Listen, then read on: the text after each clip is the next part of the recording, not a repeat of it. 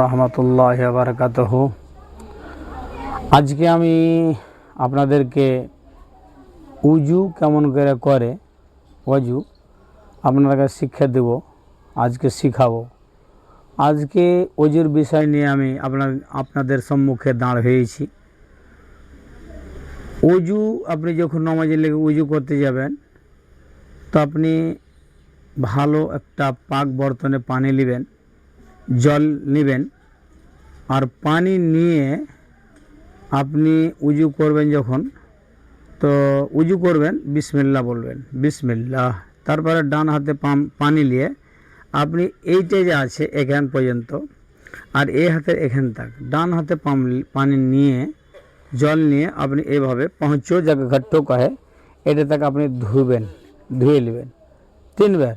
আবার পানি নেবেন, আবার এইভাবে ধুবেন, কচলাবেন, আবার পানি নেবেন, আবার ফের 5 তক যে আছে আপনি মানে ধুবেন। এরকম করে এইভাবে করবেন, লোক গালাতে খেলাল করবেন, এইভাবে যেন শুখা না থাকে। এবারে আপনি যে আছে তারপরে কি করবেন, তারপরে আপনি মুখে পানি দিবেন 3 বার। একবার দিলেন, এইভাবে করলেন আঙুল দিয়ে, আপনার লোক দিয়ে ওইভাবে করলেন।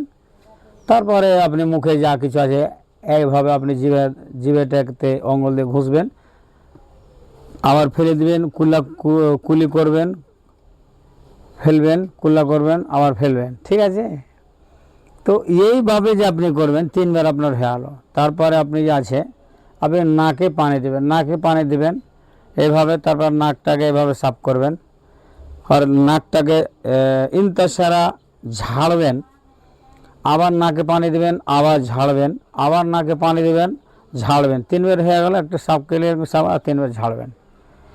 এবারে আপনাকে চেহারা, এই যে আপনার চেহারাটা আছে এখান থেকে কানের লো যাকে এইটা, এইখান থেকে নিয়ে আপনাকে ধুইতে হবে। ধুবেন, এখান থেকে যে ধুবেন, তো আপনাকে 3 বার পানি নিতে হবে, ধুইতে হবে, 3 বার পানি নিতে হবে, ধুইতে হবে 3 বার। দাড়ি যদি থাকে তো আপনাকে খিলাল করতে হবে দাঁড়তে, মানে লোক গালা অঙ্গুল গালা আপনাকে নিয়ে যেয়ে এভাবে কচলাইতে হবে, এভাবে মোজ গালাকে এভাবে কচলাইতে হবে, যেন আপনার কি থাকে, শুখা না থাকে। যদি শুখা থেকে যায় তো আপনার উজু হবে না। তো হাদিস আছে ওয়াইলুল্লিল একাব, মানে एड़ी वालों के लिए क्या है, ওয়াইল है। যার গে এড়ি শুখা থেকে যাবে, উজু করতে করতে 5 শুখা থেকে যাবে, ওদের জন্য আজাব আছে। ওইসব জায়গাতে আপনাকে আগুন দিয়ে আজাব দিবে, ওই দুনিয়াতে আপনার কষ্টদায়ক হবে। এবারে হয়ে গেল। তারপরে আপনি কি করবেন, ডান হাতকে কি করবেন, আপনি আপনি যে আছে কাহিনাটা যে আছে আপনি এইটা থেকে আপনি 3 বার ধুবেন। 3 বার থেকে আপনার কম না হওয়া চাই, আর 3 বার থেকে বেশিও না হওয়া চাই। বেশি যদি হয়ে যায় তো আপনার সুন্নাত তারিকাতে হলো না, কমও যদি হয়ে যায় তো আপনার সুন্নাত তারিকা। আল্লাহ রসুল বলেছেন যে তুমি 3 বার ধোও, 3 বার করে প্রত্যেক এই আজাগুলোকে 3 বার, এইটাকে 3 বার করতে হবে, ধুইতে হবে। আবার আপনি এই পানি নেবেন, 3 বার ধোবেন, আবার পানি নেবেন, 3 বার ধোবেন, আবার পানি নেবেন, 3 বার ধোবেন, আবার পানি নেবেন আপনি 3 বার ধোবেন, আবার পানি নেবেন, 3 বার ধোবেন, আবার পানি নেবেন, আপনি কয়বার ধোবেন, 3 বার ধোবেন। হয়ে গেল।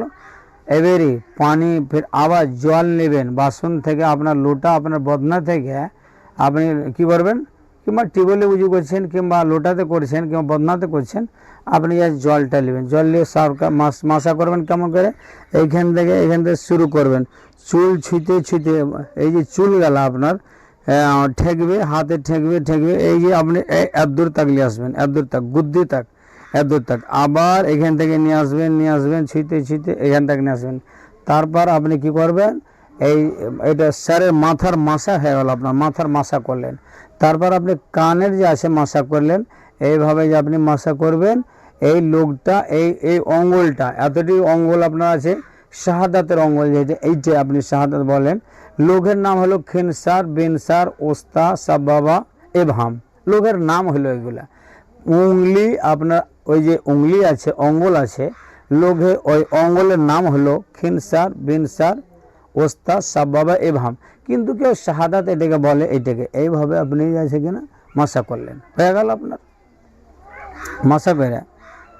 আপনি কি করবেন, ডান পাকে ঠাকুর পর্যন্ত আপনি ডান পাকে ধুবেন, 3 বার ধুবেন, ফের পার অঙ্গলের যে আছে লোক গলা যে আছে ওগুলো আপনি খালাল করবেন, ফের আবার আপনি বাঁ পাকে ধুবেন, আর অঙ্গল গলাকে আপনি কি করবেন ভালোভাবে করে মাসা করবেন।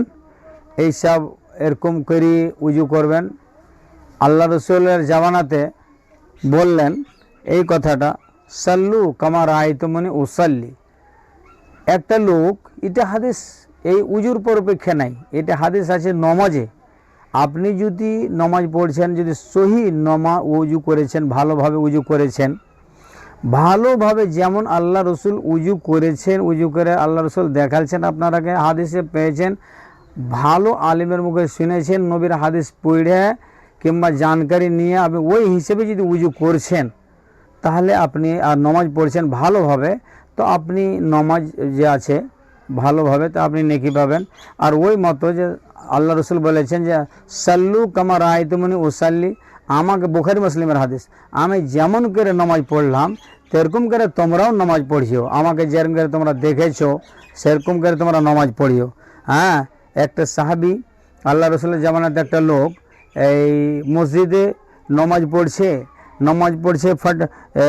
ফটাফট আপনার সাজদাতে যেছে, সাজদা থেকে উঠছে, রুকু গেল, রুকু থেকে আবার সাজদাতে যেছে, উঠছে রাস্তা। তা আল্লাহ রসুল বললেন, এর যে ফসললে তুমি ঘুরে যাও, তোমার নমাজ এখনো হয়নি, এর যে ফসললে তুমি ঘুরো, আর ঘুরো আবার তুমি কি করো, মানে ভালোভাবে উজু করে এসো আর তুমি নমাজ পড়ো, এর যে ফসললে ঘুরে যাও, তুমি ভালোভাবে নমাজ পড়ো। কেন না তা দিলে আর কান লাই, রুকু করবেন, তো আপনি রুকু করবেন, তো থাইম হ্যাঁ আপনি রুকুতে যাইতে হবে, আবার রুকু থেকে উঠবেন তো সিধা হইতে হবে, রুকুতে যাবেন তো ভালোভাবে আপনাকে টেঁড়া হয়ে যেতে হবে, আর উঠবেন তো সিধা হ্যাঁ, সাজদাতে যাবেন তো ভালোভাবে যেন এইটা আপনার ছেড়ে থাকে এইটা, আর আপনার কপাল আর নাকটা যেন জমিনে ঠেকে থাকে, হ্যাঁ জমিনে সেটে থাকে। এইসব জিনিসগুলো আপনারা খেয়াল রাখবেন, লক্ষ্য রাখবেন। আর আমি আপনারা আজকে বলছিলাম উজুর সম্বন্ধে শিখাচ্ছিলাম যে আপনি যখনই উজু করতে শুরু করবেন, উজু করতে লাগবেন, বিসমিল্লাহ করবেন।